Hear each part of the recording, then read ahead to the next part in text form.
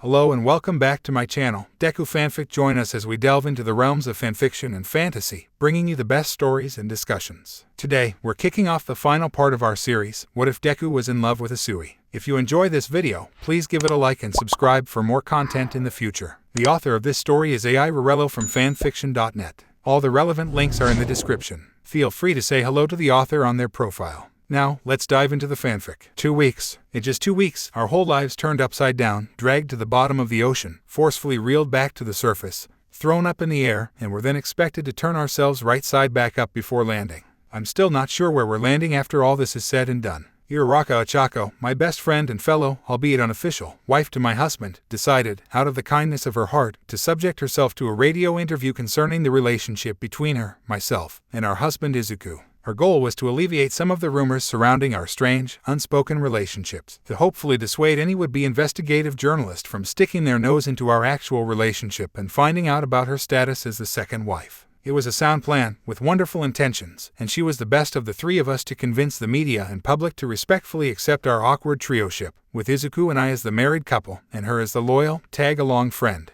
But the timing of it could not have been more off. It had barely even been a month since I pushed for Ochako to be my husband's second wife, and even less than that since the two of them finally fell into the roles. By all cultural expectations, the two of them were still in their honeymoon phase. 2 months at the very least, 6 months at average, a full year and a half at most. Those are the average time lengths it takes for a young couple to snap out of their overexcited behaviors. To attempt anything on a public stage before reaching any of those milestones is to set yourself up for the typical honeymooner blurts and braggings. That should be obvious to anyone. Well, it wasn't so obvious for Izuku and I. He and I had always been rather tame in our relationship, so our honeymoon phase wasn't so apparent. We only made clumsy attempts at romance during our first months at marriage, among other, more private, things. But still, it should have been obvious for the both of them. Izuku and Ochako are your typical overly excitable couple. Of course, they'd blurt unnecessarily personal stuff out. It was only a matter of time, if they didn't take the time to wait for their lovey-doveys to calm down. And they didn't wait. Or rather, she didn't wait. Ochako set up the interview sooner than I thought she would, months sooner. And before I could talk her into rescheduling it, she was already being dragged away by media agents and the like. It was too late to call them off without causing the current rumors to escalate beyond imagining. The only thing I could do, the only thing my husband and I could do, was to sit and listen to the live interview and hope for the best. "He really likes my butt," was the phrase that dashed those hopes and tore them to pieces. She had accidentally spat it out as an answer for an only barely related question. Her mind must have been completely elsewhere. But it's not as if she could have used that as an excuse. What she said was very clear and very deliberate as a response. It couldn't be taken in any other way. Whether or not Ochako had confirmed that there was something to the rumors that were already surrounding us, specifically the ones that questioned whether or not she was Deku's secret lover, she at least confirmed what gossip mongers had been hungry for. There was more than just friendship involved in her relationship with Deku. And rather than suffer through months over months of damage control, I subjected myself to a personal interview and cut through the rumors with a searing hot reply: Uravity is Deku's second wife. It's not something I wonder over being bad or good for us. I just see it as a plain fact. And at this point, everyone should as well. If what Uraraka said caused tabloid news to explode in viewership, then my statement ensured that many of those viewers became permanent subscribers. Our husband Izuku, however, wasn't able to add fuel to these fires. He was banned from ever making a statement to anyone. I personally banned him, and out of guilt, Ochako supports that ban. What he says in defense could calm thousands of eager listeners, but would encourage the creation of millions more gossip articles. I won't stand for him being villainized by scummy journalists, and neither will Ochako. So whether he likes it or not, he'll only be portrayed by the both of us as a man whose merits earned him the affections of 2 compliant lovers. I'm sure this'll make his popularity amongst males drop significantly, at least here in Japan. In the Western countries, men are supposedly fans of this kind of figure. Not that outside attention is something we were looking for. The world-renowned trio heroes Deku, Hoplite, and Uravity dropped significantly in popularity polls after the notable interviews, and soon found themselves on many lists of infamy, sharing reputational spaces with the likes of elusive vigilantes and almost villainous heroes. It was a little ridiculous seeing us portrayed so negatively over a simple, taboo relationship status. But the public's moral viewpoint is what ultimately decides a hero's value, or so Izuku says. Taking on the brunt of those glaring moral viewpoints was the agency that we had belonged to for over a year, the Sparkling Agency. Aoyama Yuga, his managers, and his heroes were bombarded by the media for weeks after my statement. It fell on them to clear up, or further muddy, our names in the face of a public relations nightmare. And though the people of the Sparkling Agency were lovers of attention, most of them could only handle positive attention. Negative, intrusive scrutiny was not something they were used to. After many of the heroes avoided making public appearances, and one of them retiring too early in his career, Aoyama had to make the difficult decision of letting the three of us go. It was a heartbreaking dismissal, not so much from us being cut off from the one safe haven the three of us thrived in, but from being separated from a dear friend of ours. Aoyama was just as distraught as we were when he gave us the ill news, and he was the last person that ever wanted to make that call. But as he was now a responsible leader of his own organization, with several newcomer heroes depending their livelihoods on him, and hundreds of citizens entrusting the safety of their district on them, he had no choice. For the sake of the heroes and citizens that couldn't pave their paths as easily as we could, the Sparkling Agency no longer associated themselves with the heroes Deku, Hoplite, and Uravity. It was understandable, and we don't hold anything against him for it. It's just a saddening fact. He does still call us from time to time, though, to check up on how we're doing. Our answer for him would literally change by the day. After being laid off from the Sparkling Agency, the three of us were forced into a temporary hero hiatus. Every day we'd look into 2 to 3 different agencies, seeing if anyone would be willing to take us in and sponsor our hero work. But no one wanted to deal with the media firestorm we brought around with us everywhere we went. Even old friends and classmates had to turn us away, for the sakes of their own livelihoods and the people they looked after. Todoroki couldn't find us a position in Endeavor Agency. Mina failed to convince her boss to let us join as sidekicks. Ada wouldn't risk Team Idaten's reputation while it was going through a fragile revival. Zero had to turn us down immediately since the agency he belonged to was completely commercial. Mida outright barred us from entering his building with no explanation given. And many more had to close their doors to us. We knew it was nothing personal, except maybe with Minta, but it was still difficult to hear. They were our friends and comrades after all, knowing that we may never be able to have a casual meeting with any of them ever again, all because the all-encompassing expectations of a hero kept them from associating with bad PR, made me wonder if this was the right career choice. But that thought only lasted for a few minutes. This job was never for myself or my concerns, it was for the people who needed saving.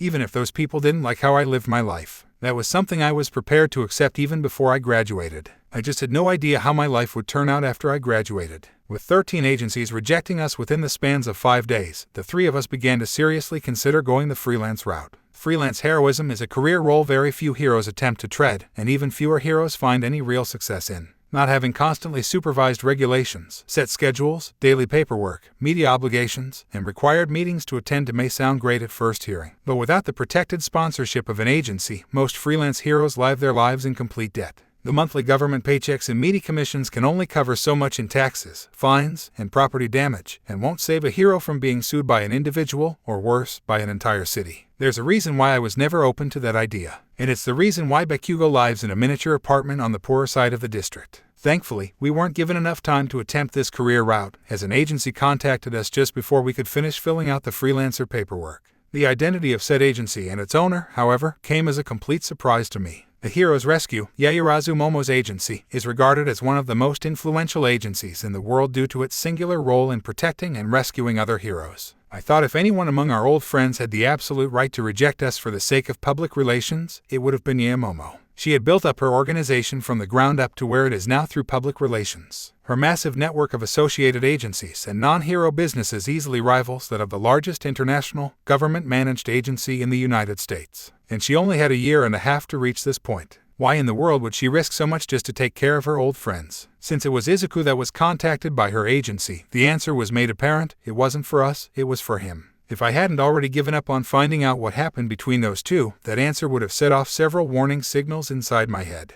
But as it was, there were more dire concerns we had to deal with on our end, and any helping hand had to be accepted as a wonderful miracle. Within a 48-hour period, we were invited to, signed into, briefed, and equipped to work under the Heroes Rescue Agency. In the next 24 hours, the PR firestorm that followed us around was mercilessly drowned by a terrifying team of press managers and lawyers. And 6 hours after, we were already thrown into our first mission. And in the next 3, we were thrown into our second. And by the end of that day, we were shown our new living quarters located inside the agency itself, and had the leftover lease of our apartment paid off for moving here. This all happened in just 2 weeks. Achako barges into our clean, new suite and marks it as our home by pitifully puking into the toilet of its luxurious bathroom. Izuku limps over to her side and weakly rubs her back. I crash myself onto the enormous bed in the master bedroom and let out a long, desperate groan. The fanciful accommodations of our living space does nothing to stave off the overworked aches inflicting every fiber of our beings. Too much has happened today, yesterday, the day before, the days before, and most likely, even more is going to happen tomorrow. Just the thought of it makes me feel sick. We wouldn't feel so awful if it was only missions we faced today. But being forced into a tour of the suites directly after, then having to go all the way back to our apartment to meet with the property manager, and then moving half of our stuff in here. I'm surprised we were able to stay conscious up to this point. What were they thinking, making us do all this in just one day? I cry out. I know. They can, blue arg. Ochako fails to finish heaving her words. Maybe they had the schedules mixed up. Izuku says, trying hard to hold back a yawn, like, maybe that woman didn't know we had missions today. No, she was quite aware. A voice in the distance audibly chimes in. I flinch in response, as I imagine everyone else did too. Izuku walks out of the bathroom and looks around the rooms curiously, looking for the source of the voice. Ochako continues her business with the toilet, closing the door behind her husband so as to not be rude with her sounds. If I could, I'd join Izuku, but my body's sinking into the bed, and my muscles have stopped listening to me. Hello, I hear Izuku calling out in the living room. There's no need to search. The voice chimes back in. Even speak with me in any room. The voice says, though at a surprisingly close volume this time around. My defensive training kicks in and my muscles force themselves to stand up. I take in the surroundings in an instant. Large room, large bed behind me, lounging chair and lamp to my right, closet and corner hallway to my left, cabinet and hamper in one corner, tall plant and bookshelf in the other, drawers and large television ahead, with a glowing blue hologram hovering just beside the bedroom doorway. It's easy to figure out which of these items wasn't here before. A see-through figure of Yaoyorozu Momo can be seen in the azure light, her sharp business attire and perfectly pinned hair bun shining in a much deeper blue than the rest. Despite staying in one spot, her legs and feet clearly show that she's walking to areas not shown in the live feed. In her hands is a notepad, which is then replaced with a fold of papers, then a tablet. She's multitasking. Oh, hey, Yoro. Izuku greets her, in a room much further away. Momo pauses in her movements and glances towards me, or rather, at a screen she's using to view us, then looks away quickly. We agreed not to use those names publicly. She mutters in reply. Who's Yoro? Ochako asks from the toilet. I really hope there isn't a hologram in there. Is this public? Izuku asks Momo, not hearing Ochako's question. Wait, where are you? Where I always am. You want us to come up there to visit.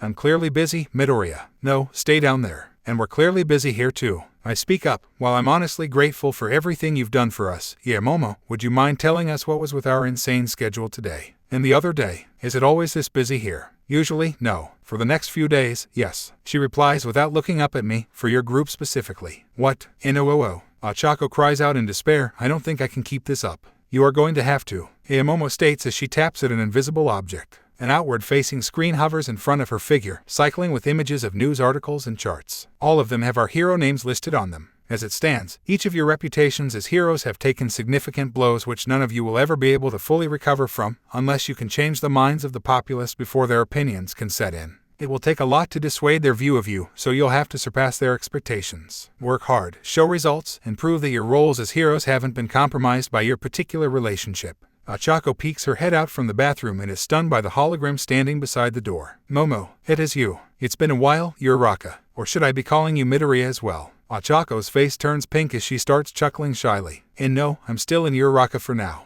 Just call me Ochako like you used to. Very well, Ochako. When you say for now, does that mean you have plans to change your family name eventually? I dunno. Her tone turns melancholy. Since it's not really official, this is more of a decision my family has to be okay with. We're still talking things out. That's the best way to do it. Having respect for your family's name shows you're being a responsible daughter. These are the kind of traits the public has to be made aware of, in order for them to come to accept the three of you. Yeah, that's what I wanted to talk about if I was ever interviewed. Izuku says as he walks into the bedroom, I wanted to talk about their positive traits. You shouldn't be anywhere near a journalist. Momo immediately responds, they'll twist all of your words against you and against them. It would be foolish for you to be interviewed. He's not allowed to be interviewed. We banned him. Ochako points out. A wise decision. If I can cut in, I cut in. Yeah, Momo, I thought your agency already handled the media for us. Temporarily subdued them. Threatened to sue where we could, matched their ratings financially when we couldn't. So unless some other news overtakes your threes in popularity, you'll be back in the rumor mill in a week's time. And outside of that, buying the silence of the press doesn't silence the people.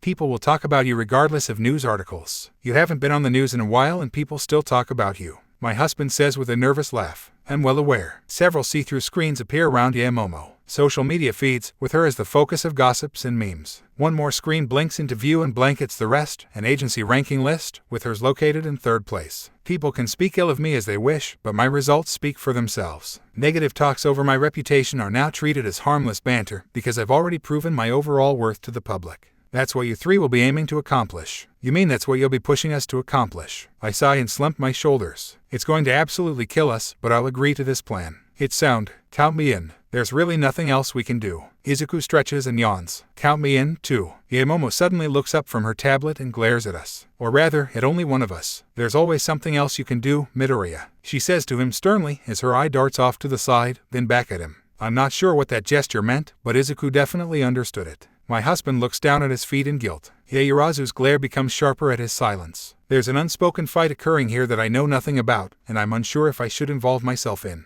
It feels like the temperature in the room is dropping rapidly. There's always baking. Yaoyorozu, Izuku, and I turn our suddenly confused attentions towards Ochako. Baking? Yaoyorozu tilts her head. Yeah, we can bake a ton of stuff for a food drive and really get some positive attention. She replies cheerfully. I'm not sure I follow. How would this convince the public to trust you three? Well, it would show we really know how to bake, and that we're not as bad as they think we are, I suppose. But shouldn't the focus be on improving your reputation as heroes, not simply as do-gooders? Yeah.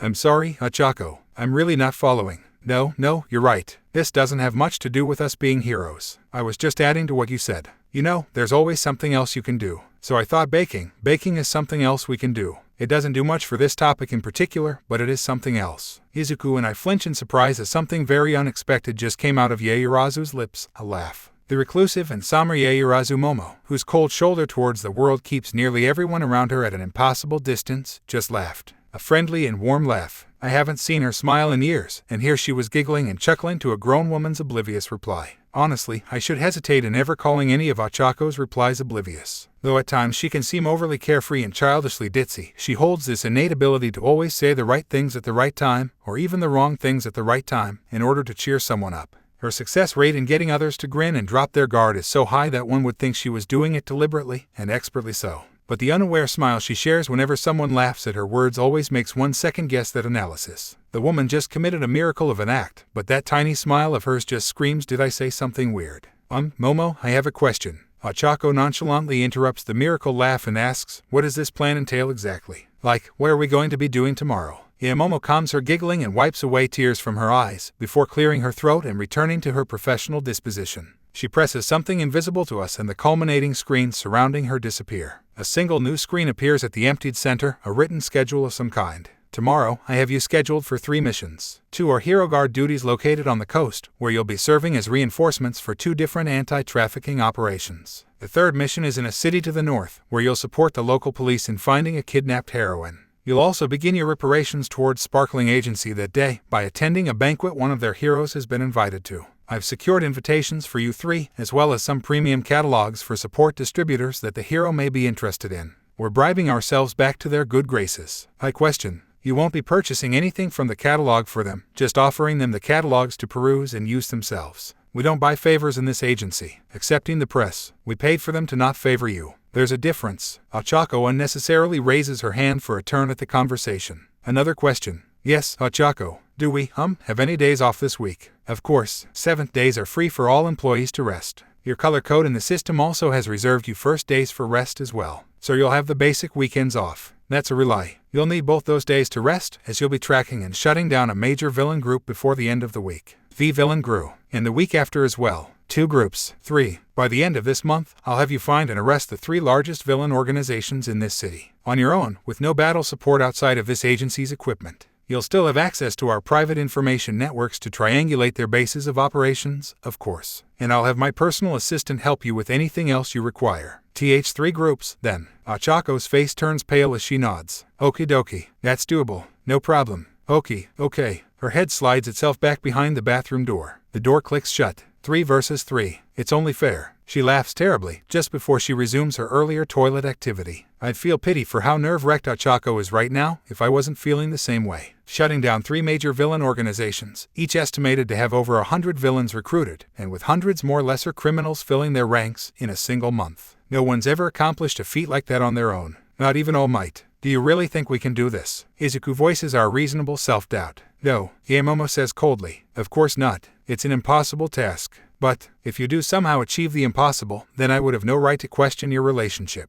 Misutafu City, a bustling urban jungle filled to the brim with powerful quirk users and interesting individuals. The fact that it's the home of the illustrious UA High school means that it's become the working territory of hundreds of talented heroes, and the settling place of hundreds more, nearly as talented, failed examinees, turned civilians, or otherwise vigilantes. Because of this populace's overall affiliation with hero work, most would presume it's the safest city in Japan. However, below its shining and admirable surface lies a despicable and dangerous criminal shadow. After the fall of All Might, an event that the world of heroes is still struggling to recover from, many would-be criminals began appearing from the city's dissatisfied populace, and many more from outside of it. This was the place that the League of Villains claimed their victory against the world's greatest hero, and where thousands of new villains sought to create their own legends. Even after the city's heroes, alongside volunteers from the neighboring cities and some support from the United States, rallied themselves behind my husband's heroic charge against the League and swiftly brought them to justice. This criminal underbelly still survives and has defiantly thrived. Heroes could be killed, even those that were thought to be immortal.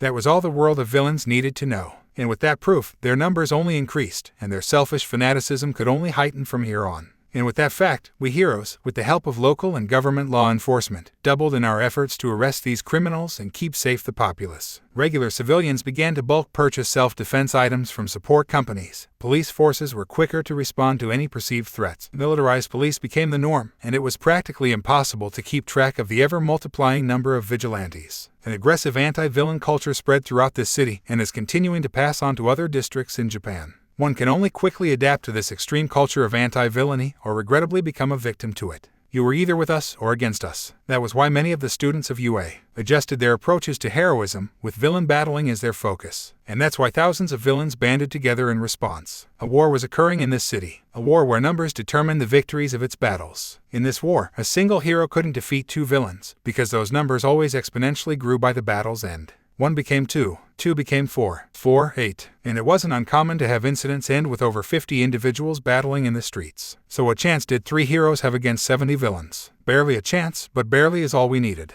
We won. After a horrible 7-hour battle, we won. The heroes Deku, Hoplite, and Uravity succeeded in their fight against the Poison Mind, a criminal organization that was known for its uncanny ability to pass information between its members in milliseconds. It's more accurate to say that the 3 of us only succeeded in defeating one villain in this group, as we had discovered that all members of the Poison Mind were under a hive mind control by a single, Omega-grade villain, known as Foresight. Fighting any group or individual in the Poison Mind meant that you were facing off against Foresight personally. It was terrifying, the idea that someone had a quirk that could steal your body so wholly at that massive of a scale. And it was even more terrifying seeing all those villains share that man's same, peculiar smile. I wonder if they were still conscious under his mind control. I wonder if they were still conscious during that fight. Deku and I knocked out a fair number of them in painful ways, as they wouldn't go down otherwise. Uravity could only incapacitate a few at a time. But all of them fell to the ground at once, as if the strings of a puppet were cut, when we were finally able to single out and defeat their possessor, Foresight. This had been a near impossible venture, considering our foe, our numbers, and our time limit. But it was at least made near impossible, as opposed to being kept impossible, with great thanks to Yamomo's personal assistant. The 72 we faced in the Poison Mind's base was originally numbered at 168, but Yamomo's assistant had created for us an odd device that emitted a nauseating high-pitched sound, which somehow cut through the mental link of over half of the hive mind. Had Foresight been able to keep his full roster of enslaved villains for that fight, I highly doubt we would have succeeded, let alone gotten out alive. We really owe Creati for this victory, not that Momo will let her take any credit for it. The heroine Creati, civilian name Akahoshi Hitomi, is Yaoyorozu Momo's personal assistant, inheritor of her former hero name, and was an underclassman of ours back in UA. Izuku and I never met her beforehand, nor did we know anything about her until just a few days ago, but apparently Achako was quite familiar with her. During our 3rd year, Achako volunteered to help mentor the first-year students of the hero course, a task that traditionally fell on many 3rd years. But our last year had been a hectic time, so very few of us could spare the effort to meet and greet our underclassmen. Uraraka, though, made the effort to mentor them, and it was there that she met Akahoshi. At that time, Akahoshi was a shy and withdrawn girl that was terrified of her own quirk's power. With the ability to manifest anything that made logical, physical sense in our reality out of thin air, with just her thoughts, most of her fellow classmates assumed she would have been proud of her quirk. But there was a drawback to her ability that kept her from using it with confidence. With every imagined item she made physical, she would permanently lose a memory. And with larger, more complicated objects, she would lose several memories at once. From what she had been told by her parents, in the past, Akahoshi had even reset her mind back to its infant stage, after creating intricate items, twice. She'd lost childhood friends and important experiences because of this drawback. So it was a surprise for those who knew her that, after years of abstaining from her quirk's use, she had taken UA's entrance exam and entered into its hero course. Izuku had inspired her, apparently. The stunts he pulled back in the sports festival and the publicized events afterwards, using his quirk sparingly, and breaking through its self-harming weaknesses, pushed her to use her quirk again, to not be chained down by it, to reach for something greater than her fears. And with time and discipline, she succeeded in those goals. During her first year, she had been trained by Uraraka in how to use her quirk more efficiently. During her second, after petitioning to be an intern for a small-at-the-time agency, Yaoyorozu took her in and mentored her personally, teaching her how to counter her quirk's glaring weaknesses. By her third year, she had mastered the creation ability by minimalizing its negative after effects. And by graduation, she was invited into the Heroes Rescue Agency to work directly under Yaomomo, though she rarely ever gets to see her in person. Akahoshi told us this summary of her hero career when we first met her. And again, when we asked her to tell us a little more about herself. And again, while we were sharing stories about ourselves over the comm radio. And once more, now, while we're limping back to our agency vehicle. Creati, you told us this before. 4 times, actually. Uraraka says what Izuku and I have been avoiding to say. We didn't want to discourage Akahoshi, especially since she seemed proud over how much she's improved in her memory reductions. But it needed to be said, I suppose. And it's better that Uraraka is the one to bring it up, since they're more familiar with each other. Is that so? The younger woman says with a blank expression, I apologize. Silence has taken over the conversation for the 3rd time today. Akahoshi is a very awkward girl. In casual conversation or with honest questions, she keeps responses distant and overly formal. Answers or comments always come in a strange 2-sentence format, no more, no less. Humor also seems absolutely foreign to her. And the only things we know about her personality beneath this forced sense of professionalism is that she's often lost in thought, and that she's only conversational whenever topics about heroes are brought up. The former may just be her trying to recall lost memories, but the latter may have more to do with the fact that she graduated at the start of the fan hero era, a time where a majority of newcomer heroes and heroines base their approach to justice on the legends that came before them, rather than build up a natural sense for it themselves. In other words, she's a fangirl. And most likely, her awkward and professional attitude comes from emulating her favorite heroine and manager, Yaoyorozu. Yaoyorozu must not talk much with the poor girl. I wonder how they can manage communicating agency information with each other if they both follow this 2-sentence format. My husband clears his throat to break the lingering silence. Weren't we parked on the other side of the building? Yes, is sentence number 1 of 2 in Akahoshi's response. But we hadn't moved to avoid the press, is number 2. Oh, are we not supposed to talk with the press about this mission? The boss says that the public shouldn't think your efforts are made to gain positive media coverage. They should conclude that you're making these efforts out of your own desire to save people. I suppose. But, I've been wondering about something. Is the Heroes Rescue even authorized to do missions like these? Making direct raids on villain bases, that is. That's more Endeavor Agency's domain, right? I thought Heroes Rescue only works with cases where a hero is in danger or is put in a dangerous situation. Several of the villains working under the Poison Mind were originally heroes that went rogue. After what you discovered about Foresight's mind-controlling quirk, the Heroes Rescue got authorization for the raid. But we made that discovery after we started the raid. The public doesn't know that. Wait, did we just do something illegal? It would have only been considered illegal if those villains weren't wanted criminals. They were wanted criminals. But there's a legal order to this, right? Agency domain regulations. Our agency can't act on an unrelated, already claimed domain without contract permissions. If any agency staking out that base found out that we raided it without proof of an endangered hero beforehand, they would have full rights to sue us. Your color coding this week is chartreuse, which has you associated with our investigation and vigilante wings. Any questioning agencies would have to go through them in order to find any substantial evidence. That doesn't change the fact that we're doing this out of turn and behind other heroes' backs. No other heroes have succeeded in what you 3 just accomplished, Mr. Midoriya. I'm sure they would be grateful for your efforts. Maybe. But if Yaoyorozu's agency gets sued because of what we just did, I'd feel terrible. Our boss most likely knew about the possible consequences of today's raid. There's no need to worry. That would mean she also knows the consequences of the next 2 raids. I add my own concerns into the conversation, since there's little chance that the 2 largest criminal organizations share the same quirk problem as this one did. What would the Heroes Rescue's excuse be to work outside of its jurisdictions for those missions? It wouldn't be outside of our jurisdictions to raid either of those 2. One of our operatives might be held captive by one of them. Might, as in, you're not even sure if they're the ones responsible for this operative being captured. So we'll be working under sketchy reasons without evidence again. Might, as in, we're unsure which of them is holding the operative captive or if they're even alive. Outside of that, we have substantial evidence that proves these 2 groups are responsible for the initial disappearance of our operative. Then this is an actual rescue mission, Izuku states with a very determined tone. Just a few minutes ago, he had been breathing raggedly and nearly stumbling with every step. But with the mention of a life in grave danger, Izuku quickly shrugs off his coat of mental and physical fatigue. As expected from the number 1 hero Deku, it's one of the many things I admire about him. How soon can we start? He asks. Next week, I answer myself. This person needs our help now, Tsuyu, and we won't be any help with the state we're in. We barely managed to stop a villain group of 70, and that was with us at our peak. Do you honestly think we can handle either Stain's Justice or NFA while we're injured? Just look at Ochako. Huh, what did I do? Ochako asks, sitting inside the basket of a shopping cart. She had lost all feeling in her limbs hours ago and hadn't been able to walk since. The shopping cart was provided by Creati to help carry her back to the vehicle. I can, Izuku starts. I won't let him finish that sentence. No, you can't. You won't. I won't let you, and neither will Ochako. Huh, do what? Ochako rolls her head to look in our direction. Izuku wants to go fight a villain group by himself. Are you crazy? Someone's life is in danger. Our husband defends his conviction. And if I need to, I can ask. You're unable to ask anyone for help in this task. Akahoshi uncharacteristically butts in. Doing so will have you expelled from Hero's Rescue. We're still under the no-help rule, even when someone's life is on the line. Our operative's disappearance was most likely influenced by foul play. Another hero, either inside Hero's Rescue or from an outside group we associate with, had leaked false information for the mission we placed them in.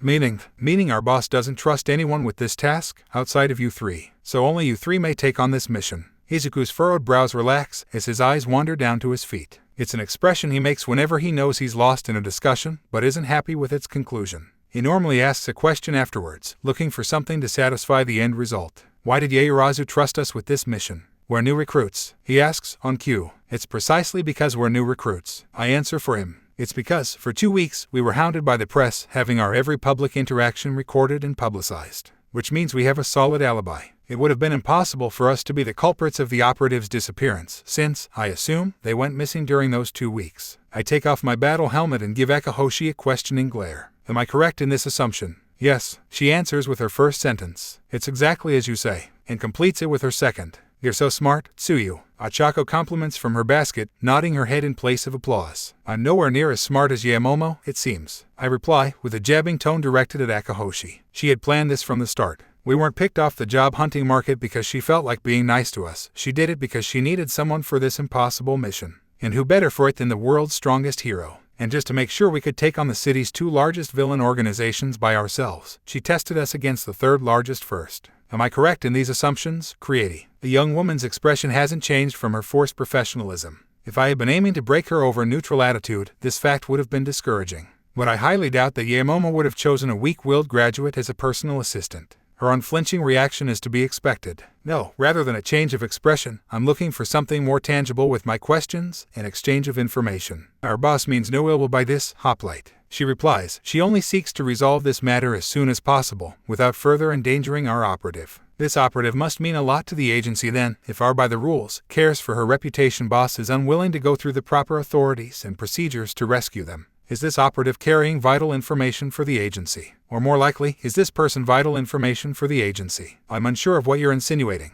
We can brief you on this mission once you're ready to take it. I'm insinuating that you not sharing the operative's name, or giving us this information beforehand, marks this mission as heavily suspicious. If this was a personal rescue mission, Yaoyorozu knows us well enough that all she had to do was give us a name and a location, and we'd be there, regardless if we worked under her or not. Who is this operative? And why wasn't there kidnapping, a working member of one of the largest agencies there is, mentioned at all by the media? For the first time in our conversations with her, Akahoshi Hitomi said nothing in reply. Izuku, I say as I turn away from Akahoshi, I vote that we leave this agency. There's something very sketchy happening here. I don't want us involved in it. Hey, we're leaving already. Ochako exclaims. It's up for vote, so long as Izuku allows it. Our husband looks at each of us with concern. We've stopped in our tracks, just a few feet away from the agency vehicle, its doors wide open. The driver inside is curiously waiting for us to enter into its safety. If we seat ourselves now, then those doors will close and we'll return to our new home, agreeing without words to the suspicious future the agency wants for us. But if we turn around now, then those doors will close themselves from us, permanently, and we'll be vulnerable to whatever uncertain future awaits us without an agency. To even allow this discussion is a detrimental decision, because being given the chance to answer will put into question our trust in Yaoyorozu. I've already shown my distrust. If anyone else shows it here, in front of her personal assistant, then it won't matter if we remain or go. Yaoyorozu will most likely remove us from this task, and our relationship with her will fall apart. I'm willing to face the fallout of this decision, for the sake of my loved one's safeties. But as Izuku, rather than conferring with either of his wives, Izuku surprisingly turns his attention to the one who removed herself from the conversation. Akahoshi, he says, if you tell us the name of the operative, we'll agree to take on the mission. Creati turns towards Izuku and blinks. After a long moment of silence, she answers him. Her name is Hagakure Toru, also known by her hero name Invisible Girl. and as of 2 weeks ago, she's been marked a villain by our investigative teams. Akahoshi Hitomi. Mobile. Aka, this is a test text. Have you received this? You're Raka. You're a well, Roger. Text received. Hello again, Hitomi. Aka, oh, do we refer to each other informally via text? Should I call you Achako? You're as cute as ever, Hitomi. Yes, call me Achako. Aka, thank you for the compliment. You are cuter than when we first met, Achako. You're divided by oh my. Thank you. Aka, I meant that more as an observation than as a compliment, though it can be taken as a compliment as well. You're a UA. Observation. Am I texting weirder than I used to? Aka, no, your texting is curiously the same as before. I meant your overall looks and personality. You're a #ehh. Me. Cuter than when I was 18. You're joking. No wait, I was 17 when we met. No way. Aka, I am not joking. You are definitely cuter than when we met. You are more cheerful and friendlier. You're a, hey, you just made a third sentence. Aka, you're a divided by you use emotes. Aka, yes, I do. You're a you, hey, forgive me. I know you do. It's just been forever since we've texted. Aka, 3 years, 5 months, 6 days, 9 hours. You're a, and you've been counting. Awa, now I feel awful. Aka, no, I just have your old phone number's text still on my phone. I saw the date and time on it. We were talking about getting me a boyfriend. Then you stopped texting me after I asked if you had one. You're an, and I'm so sorry. I remember that. I was just having a rough day that day. Wait, you haven't upgraded your phone in 3 years. Aka, this phone works as it should. You're a, what about your apps? Do they still work? Aka, I don't use apps. They are a distraction. You're a, you practical as always, Hitomi. Aka, have I not changed much? You're a, the way you talk definitely has changed. But you're still the same all Hitomi I know and love. Aka, I see. You're a, and did I say something upsetting? Aka, you can still tell when I get upset. I must really not have changed much. 10:42 a.m. You're a, there's nothing wrong with staying the same, Hitomi. It means you have strong character and firm beliefs. As long as you're not hurting yourself or other people by doing so, staying the same can only be a positive thing. Aka, what if staying the same keeps you from improving? It's nice to be called strong by you, teacher, but I still want to be stronger than I used to be. You're plenty stronger. Even after all the stuff you made yesterday, you still remembered my name. And yesterday's date. You even remembered that we used to text each other. That's so much better than when we first met. Aka, I am not speaking of quirks, teacher, character and beliefs. I feel like I haven't improved in either. You're a, what makes you say that? Measuring the improvement of character and beliefs is really difficult, you know. Aka, measurement is made easier through comparison. Compared to you, I have not changed at all. You're a, I haven't changed much at all, Hitomi. At least, I don't think so. Aka, no, it is very clear that you have changed. Cuter, friendlier, happier, more confident, more sure of yourself, more beautiful, stronger, tougher, sharper, greater. It's as if the Achako I trained under was someone completely different than the one I supervised yesterday. Your time and experience changes us all, you know. Aka, if that is all it takes to change us, then what was it that made you leap further than the rest of us? Mizuya Urazu, my coworkers, my old classmates, myself. Compared to you, it feels as if the rest of us are trapped in the past. 10:59 a.m. You're and I'm sorry, Hitomi. This subject is really over my head. I'm not sure how to correctly analyze myself or others. I can't really say what makes me different from other people. All I can say is that I'm doing my best to live honestly and genuinely, and that everyone should too. Aka, is it Deku? You're as what Deku? Aka, is he the reason why you've changed so much? You're a ## divided by you, ##. Oh, is that what you mean? ## divided by v, ##. Aka, oh, why are you yelling? You're a ## you ##. Sorry. #you, if I can be honest with that question, yes. Yes, he's the reason why I've changed. Aka, what did he do to you? You're a ###3 #BFF, don't say it that way, Hitomi. Aka, what way? 11:05 a.m. You're a #you, nothing.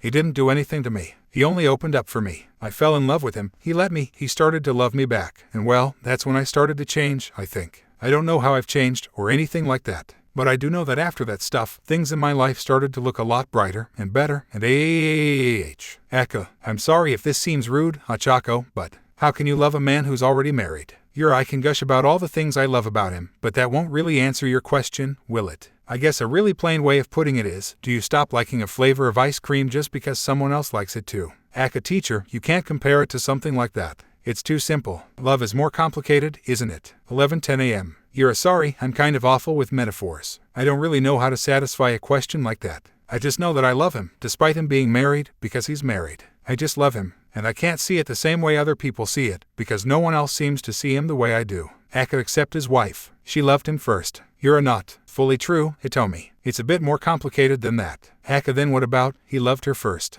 That's not quite true either. I mean, it is, but it isn't. It's so complicated. 11:15 a.m. Aka, how can you feel safe in your relationship, knowing that he didn't choose you first? I listened to the interviews you were in. All of them, unless there's more to it than what you've said in them. I'm really confused as to why you stayed by his side, as his friend, and especially as something more than that. No, there wasn't more to it than what I said. Well, not until later. Except, wow, our story is a lot more complicated than I thought it was. I can understand why you're confused. Aka, it feels like you're avoiding my question, teacher. Sorry. It just feels like you're asking 3 questions at once. I'm not sure what my answer should be. Aka, then forget my previous questions. I'll just ask one question this time, if it's okay with you. I realize I'm being rather rude and intrusive. I don't feel as if you're intruding. You're genuinely curious over something I've caused confusion over because of how poorly I handled those interviews. If anything, I'm clearing up my mistakes by talking it out with you. So please, ask your question. Aka, how can you be happy beside Deku, knowing that you're not the only one on his mind? I think, aside from being happy beside him separate from the idea that he has someone else on his mind, because that is the case most times, I'm not always thinking that he belongs to someone else. I just think about my relationship with him when I'm beside him. Aside from that, 11:21 a.m. I think there's 2 other reasons. The first is that I think Tsuyu is perfect for him. She's such an amazing and smart woman. Her common sense is more like superb sense or rare sense. It's such a comfort knowing that Izuku is with someone like her. She looks after him and pays attention to him in ways I can't even imagine. It's almost like she's always thinking about their future together so that their present is always safe. Or something like that. 11:26 a.m. She understands his thoughts and feelings so naturally, you'd think they share the same brain and heart. And the way the 2 of them spend time together is so sweet and how peaceful it is. It's like how an old couple live out their retirement together, except it looks sweeter because of how young they still are. And, well, I can keep gushing about how perfect I think she is for him. But an easy way to see how perfect they are together is seeing the 2 of them fight villains together. Have you? Aka, yes. It's like watching a fencer with their rapier. Or like a skating pair on the ice rink. It's as if they're not fighting the villains at all, but simply dancing between themselves. I know. They're so awesome together. Needless to say, I'm a total fan of them. Aka, your second reason. Right. The first reason was to show that I don't really see Tsuyu as a threat, because I can only see her as a positive for Izuku. If she's on his mind, I totally get why. If anything, I feel really envious for what they have. But, for the second reason, 11:33 a.m. The second reason is that I'm confident that Izuku loves me. Even if he loves Tsuyu, even if he loved her first, even if he married her, even if he chose her before me, even if he accepted her feelings before accepting mine. I know that none of those things affect what he feels for me now, how he cherishes me now. His feelings for me are genuine and true. And when he has Tsuyu on his mind, I know for a fact that I'm on his mind too. 11:39 a.m. Hold on, still typing. 11:46 a.m. The fact that I'm not the only one on his mind, and yet he does his absolute best to show that he loves me, even to the point of staying up super late at night and early into the morning just to talk with me. When he goes out of his way to take me out on dates and spoil me. When he makes my lunch and adds my favorite snacks, and remembers the little offhand remarks I make every day. All those things, and so much more, just show me how much he loves me. I don't feel like a second wife or a lover on the side. I just feel like his wife, and that he loves me, with the bonus that my best friend Tsuyu is always with us too, and that she cares for him as much as I do. Okay, I'm done typing. Aka, knowing that he chose her first doesn't hurt you at all. 11:53 a.m. Of course it hurts, if I think about it. But that's if I think about that idea separate from everything else. It's like a sad memory. It's only really sad if you don't remember what came before it and what comes after. Your memories aren't separate, they're all pieces that make a picture whole. I just realized how insensitive that example was. I'm sorry. Aka, memories. Because you lose them, right? You still forget them because of your quirk. Aka, oh, yes, I still forget. I can't use my quirk without losing a few. You're a hashtag and hash sorry for being so insensitive. Aka, I'm not hurt by it. It's a fact of my life, and I'm no longer ashamed of it. And here you were saying that you haven't changed much. You've changed so much. Aka, again, not in comparison to you. You have changed beyond comparison to when I met you. My old teacher would not have admitted any of the things you previously mentioned. You're a hash no, I guess not. 11:57 a.m. Aka, my old teacher would have stayed jealous and distanced herself. She would not have been fine with sharing her affections with another lover. She would have jealously fought over him or given up on him entirely. If you can't win a competition, try harder or join another event, is what she taught me. You're a hash you, yeah. Aka, what happened? You're a you, in what way do you mean that question? 11:59 a.m. Aka, I'm not sure. I'm still very confused as to your decision to be a secondary wife. But as you explain it, you are not treated as a secondary. But I can't imagine how that can be unless his original wife is being treated as his secondary. It makes little sense to me. No human can have two masters. No person can share the same affections for two people. Does a parent have to have a favorite child? Aka, you're not his child. I'm not his master. And he doesn't have the same affections for me as he does for Tsuyu. Aka, how can you be sure? Didn't you just say that those two things were impossible? Aka, inferring that he cannot love the two of you equally. He has to favor one over the other. Yura, why is that the only conclusion? 12:09 p.m. Aka, I am not sure. Yura, is there something you want to talk about, Hitomi? Aka, Yura, the Hitomi I know wouldn't press so much with a question after already being given an answer. Unless something was wrong. Aka, nothing is wrong. I apologize for complicating this exchange of texts. Yura, I'm coming over to visit? Okay. Aka, you are extremely injured. Remain in bed. Yura, well, I would. But a really nice person made me this really nifty automatic wheelchair for me. It really makes it easy for me to get out of bed, and it can even go up stairways. Aka, I did not create it for you so that you can inconvenience yourself. Please rest. You're at 30th floor, right? A6? Aka, yes, that is where I am. And it is not where you should be going. Yura, whoops, someone's already knocking on your door. Better answer it. Aka, how? Yura, I must have not changed too much, because I remember doing this exact same thing before. Aka, I'm not letting you in. Yura, and look at that, you still keep a spare key attached to the bottom of your welcome mat. Just like old times. Aka, I beg of you, please don't. 12:25 p.m. Yairazu Momo. Mobile. Mid, yeah, Momo. It's Mitsuyo. Yeah, where did you get this number? Mid, I found it on my husband's phone.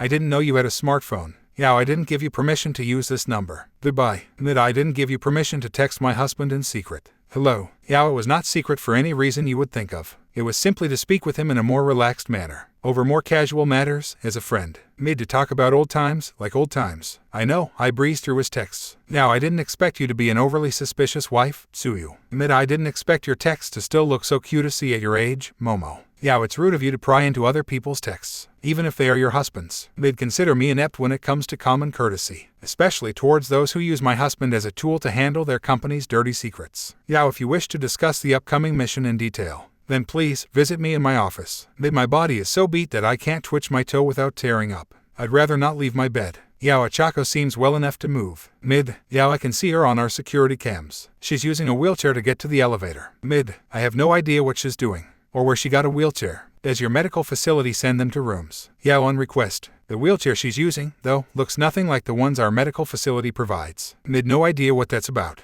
Anyways, I do want to talk about the upcoming mission in detail. Yao, then we can speak over the phone. Call my office number. Mid, the one you never answer. Yao, I will answer this time. Mid, I still prefer to do this over text. I can't move my jaw much. And besides, you look like you're more honest in your texts than you are over the phone. Now, I would greatly appreciate it if you stopped looking through your husband's texts. Bit afraid I might see something I shouldn't see. Yao, aside from all the texts, which were meant to be kept private between us. No, outside of privacy reasons, you won't find anything like that in our texts. I just prefer you to respect the privacy. Mid, I put away his phone. Yao, thank you. Now what is it that you want to talk about? Mid, Toru, I never knew she joined your company. Yao, her contract is under a different name, and it was kept a secret. Mid, reason. 12:14 p.m. Yao, nothing I can disclose in detail over a public or commercial line. But simply put, she was hired into my private security force. If her name could be found on my company listing, then it would have been easier for intruders to know what to expect. Mid, so then what's this about what your investigators found out? Yao, I would really prefer to have this discussion in person or over my private line.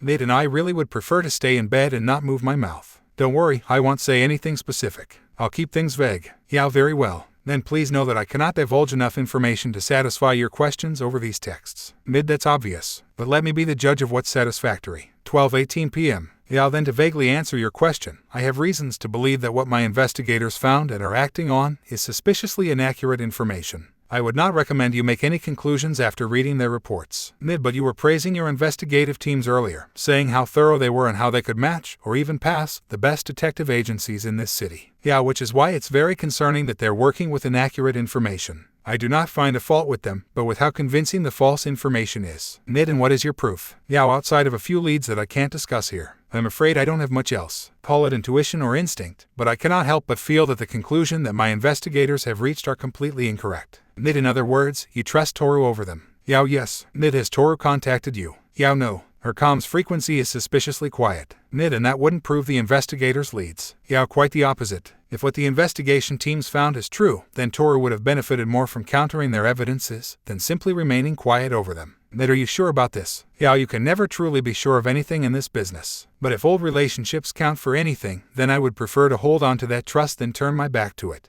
Mid, really? Coming from the woman who stopped speaking with her friends for years. Yao, Toru continued in her attempts to speak with me, all the way up to our graduation. I owe her for that. Where were you? I apologize. That was very unfair of me. Mid, no, I suppose you're right. She tried, while the rest of us gave up too early. I am sorry for that, Momo. Now I forgive you, and I am sorry for the poor behavior on my part. I shouldn't have shunned the rest of you for that issue. Mid, ever care to tell me what that issue was? 12:31 p.m. Yao, your husband hasn't. Mid, no, he never spoke a word about it. He said it would have hurt you if anyone ever found out. Yao, he's not wrong, but he should have told you. It's wrong for him to keep that a secret. Mid, if that's the case, then why was it wrong for me to look through his texts? Yao, the issue between your husband and I is far more detrimental to your relationship than our small textings. Mid, so then what was the issue? Yao, I'll speak with him later. I'll have him tell you. It's better if it comes from him. Mid, I'd prefer to hear both sides, but I'll hear it from him first then. Yao, that way is for the better. But for now, this discussion is neither here nor there. Your team should be focused more on the missions ahead, rather than bickering over this old topic.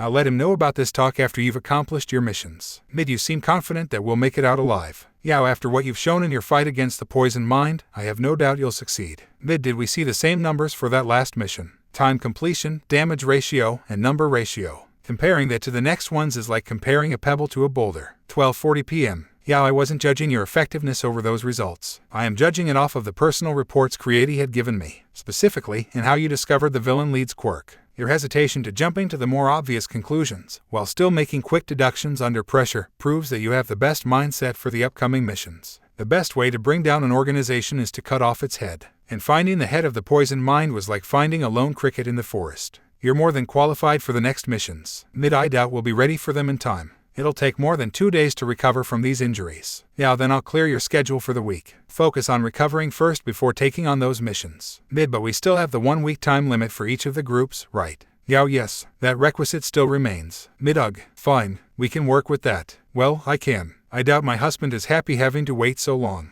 Yao, Creati can keep him busy with beneficial tasks until then. He can help gather necessary materials for support items with her, and study over the villain files we have. 12:51 p.m. Mid, Creati is going to need more than that to keep my husband distracted. Once he knows someone's in trouble, it takes a miracle to stop him from rushing out the door. Or at least a really hard jab to the rib. Don't tell her to jab him in the rib. That's my duty. Yao, don't worry, Creati would never dare hurt her favorite hero. Mid, Yao, did I say something odd? Mid, I thought you were her favorite hero. Yao, I'm no longer a hero, Tsuyu. That automatically disqualifies me from that assumption. Mid, I know that, but I thought that was why she took on your old hero name. I thought she was a fan hero. Yao, Akahoshi is very much a fan hero. But she took on my hero name simply out of convenience. She couldn't think of a hero name for herself, so she asked to take on mine. Mid-o. Yeah, the hero Akahoshi looks up to most is Deku. She's been a fan of his since before she joined UA. If you ever get the chance to look into her room, it's absolutely filled with Deku merchandise. And far too many custom posters of him. Mid, I see. Yeah, don't worry. She means nothing by it. She's simply a big fan of his. Mid, it's strange. She doesn't act like it. Most fan heroes are aggravating to be around when their favorite hero is nearby. Yeah, I wouldn't hire someone who could lose their professionalism over their silly fanaticism. Everyone in my company is allowed to hold whatever hobbies they please, so long as they don't harm themselves, the company's name, or anyone else in the process. Mid, is it fine that she's working directly for us then?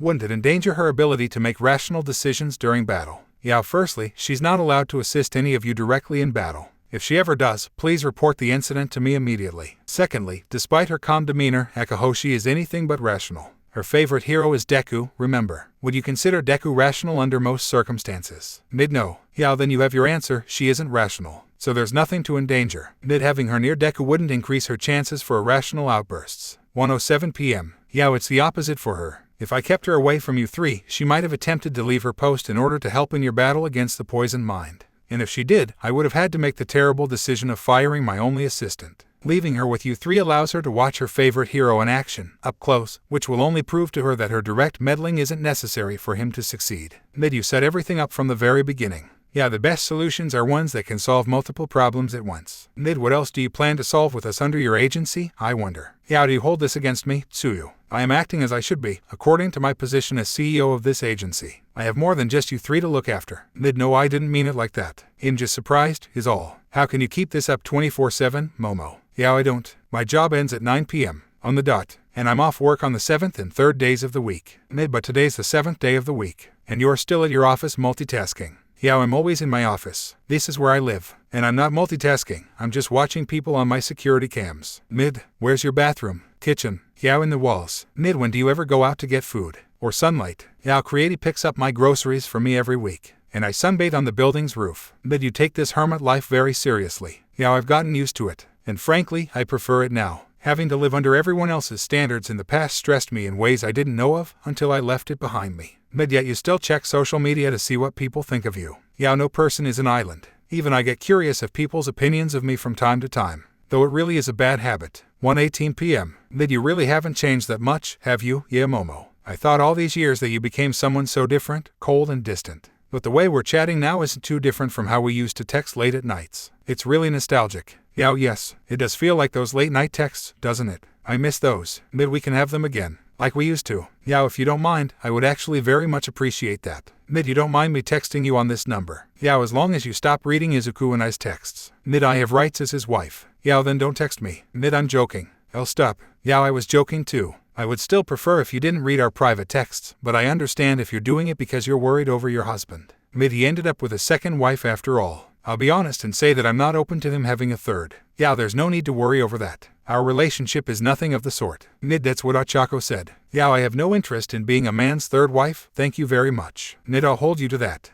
Please do. Mid, anyways, my thumbs are numb now. I think I should be getting back to resting. We'll talk later, okay? Momo. Of course. Oh, and Suyu. Mid, thank you for texting me. Mid, thank you for answering. 1:35 p.m. Thank you for joining us on this incredible journey through What If Deku Was in Love with Asui. I hope you found it as intriguing and thought-provoking as we did. A big shout out to What If Deku Was in Love with Asui for crafting such a compelling story. Don't forget to check out their profile on fanfiction.net for more amazing works. The link is in the description below. If you liked this video, please give it a thumbs up, share it with your friends, and don't forget to subscribe to Deku Fanfics for more fascinating explorations into the world of fanfiction and fantasy. Your support helps us create more content like this, and we're always excited to hear your thoughts and suggestions in the comments section. See you guys in the next video.